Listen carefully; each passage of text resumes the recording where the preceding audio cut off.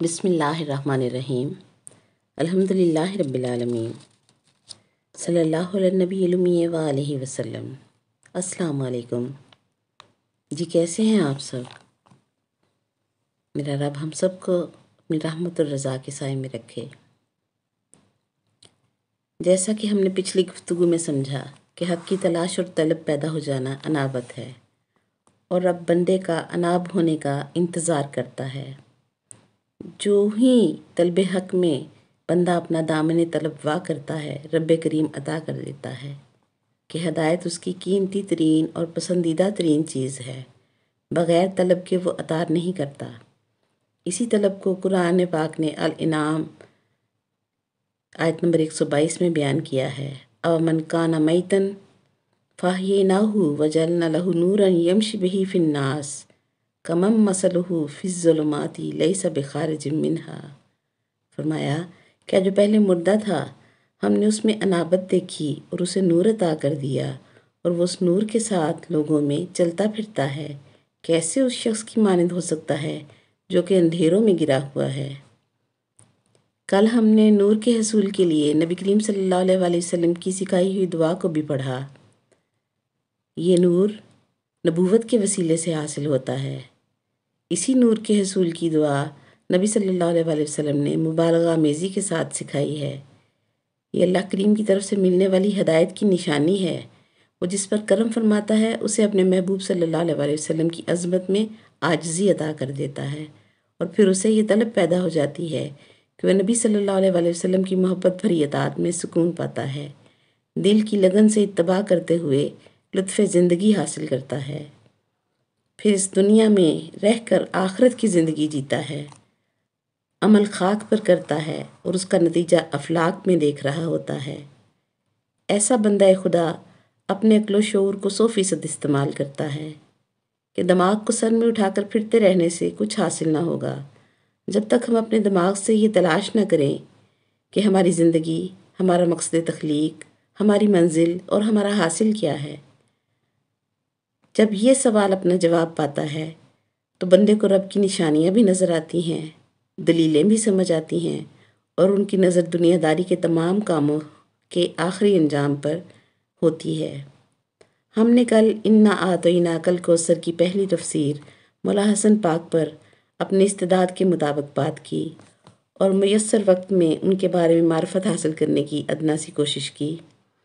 آج ہم سلطان کربلا مولا امام حسین علیہ السلام کی عظمت اور توقیر کو قرآن کے وسیلے سے اور نبی صلی اللہ علیہ وآلہ وسلم کی احادیث مبارکہ سے جاننے کی کوشش کرتے ہیں کہ مولا حسن علیہ السلام سے تو معاہدہ کیا گیا اور مولا حسین پاک سے جنگ کی گئی، لیکن مولا حسن سے معاہدہ کر کے حکومت مانگی گئی، اور مولا حسین پاک علیہ السلام سے جنگ کر کے بیعت مانگی گئی۔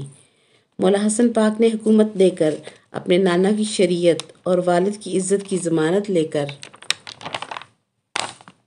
حاکم وقت کی منافقت کو بے نقاب کیا، اور مولا حسین پاک علیہ السلام نے وقت کے حاکم سے جنگ کر کے اپنے نانا کے دین کو بچایا اور دنیا کو ظالم کا چہرہ دکھایا، اس کا ظلم بے نقاب کیا۔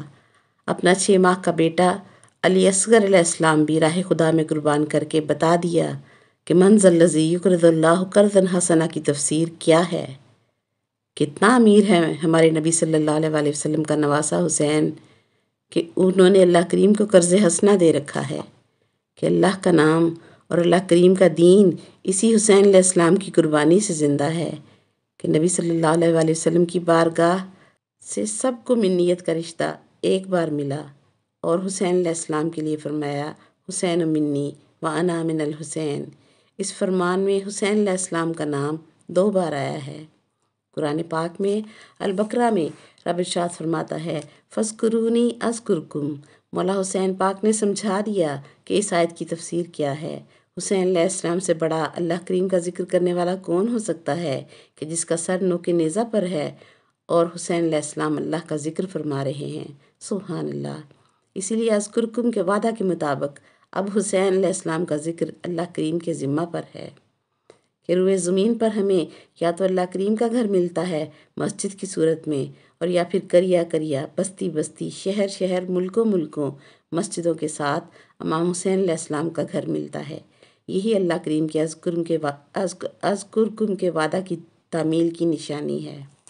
یاد رکھیں، بولنے کے لیے آواز چاہیے اور آواز پھیپھڑوں سے نکلتی ہے، جبکہ مولا حسن پاک کا دھڑ مبارک خاک کربلا پر تھا، مگر سر مبارک قرآن کی تلاوت کر رہا تھا اور لوگوں نے قرآن کی تلاوت کو سنا بھی۔ اب ان پاک اور پاکیزہ ہستیوں کو اپنی طرح گمان کرنا انتہا درجے کی حماقت ہے۔ یاد رکھیں، اللہ کریم نے خود کو حسین کا ذاکر بیان کیا، اذکرکم فرمایا، کہا میں تیرا ذکر کروں گا۔ اسی لیے کربلا معلیٰ میں ہر سال کروڑوں کا اجتماع ہوتا ہے اور کوئی بھگدڑ پیش نہیں آتی، کبھی وہاں جانی نقصان نہیں ہوتا۔ ہر زائر کربلا اطمینان سے زیارت کر کے واپس لوٹتا ہے کہ یہ اللہ کریم کے وعدہ کی تکمیل کی ایک علیحدہ سی صورت ہے۔ حسین علیہ السلام کا ذکر دل پر اثر کرے تو انسان قلب سلیم پا لیتا ہے۔ عقل اس ذکر سے فائدہ لے تو انسان سمجھدار ہو جاتا ہے۔ کو معین الدین چشتی اجمیری رحمۃ اللہ علیہ کی سمجھ میں ذکر حسین آ گیا تھا تو انہوں نے نذرانہ پیش کرتے ہوئے کہا، حقا کے بنا لا الہ الا اللہ حسین ہے۔ حسین علیہ السلام آل نبی ہیں اور اولاد علی ہیں۔ دین اسلام صبح قیامت تک ان کا مقروض رہے گا، اس لیے ذکر حسین کو زندہ رکھنے والے بھی اس قرض حسنہ میں حصہ ڈال رہے ہوتے ہیں اور درپردہ اللہ کریم کے وعدہ کی تکمیل میں حصہ ڈال رہے ہوتے ہیں۔ اللہ کریم نے اپنے نبی کے اہل بیت میں وہ ہستیاں پیدا فرمائیں جن کے صدقے میں وہ نظام کائنات چلا رہا ہے، اور جب تک ان میں سے ایک بھی رہے گا اللہ کریم تمام عالمین کو ان کا صدقہ کھلاتا اور پلاتا رہے گا۔ یاد رکھیں، اہل بیت علیہم السلام کو سب مانتے ہیں، کوئی ہر وقت مانتا ہے اور کوئی وقت پڑھنے پر مانتا ہے۔ اللہ کریم ہمیں ہر وقت ماننے والوں میں شمار فرمائے۔ اور حسین علیہ السلام کے ذکر سے مسلمان، مومن، اپنا، پرایا، غیر مذہب سب فیض یاب ہوتے ہیں۔ حسین علیہ السلام کی محبت میں بولنے والا اپنا مقدر جگاتا ہے کہ درپردہ رب کریم کے کام میں ہاتھ بٹا رہا ہوتا ہے۔ امام حسین علیہ السلام کی پیدائش 3 شعبان المعظم کو ہوئی۔ جب نبی پاک صلی اللہ علیہ وآلہ وسلم کو اطلاع ملی تو نبی صلی اللہ علیہ وآلہ وسلم کی ابائے مبارک صحن زہرا کے بوسے لے رہی تھی اور آپ صلی اللہ علیہ وآلہ وسلم نے جاتے ہی فرمایا، فاطمہ اس کو میری گود میں دے دو۔ سبحان اللہ، کیسی دولت آپ کی آغوش میں ہے فاطمہ، کیسی دولت آپ کی آغوش میں ہے فاطمہ، مصطفیٰ کو دیکھا ہے ہاتھ پھیلائے ہوئے۔ سبحان اللہ۔ اللہ کریم ہمیں اس خاندان تطہیر کے لیے دیے گئے قرآنی حکم الا المودۃ فی القربیٰ پر عمل کرنے والا بنائے۔ آج کے لیے اتنا ہی۔ بشرط زندگی کل خوشبو قرآن میں مودت قربیٰ پر بات کریں گے۔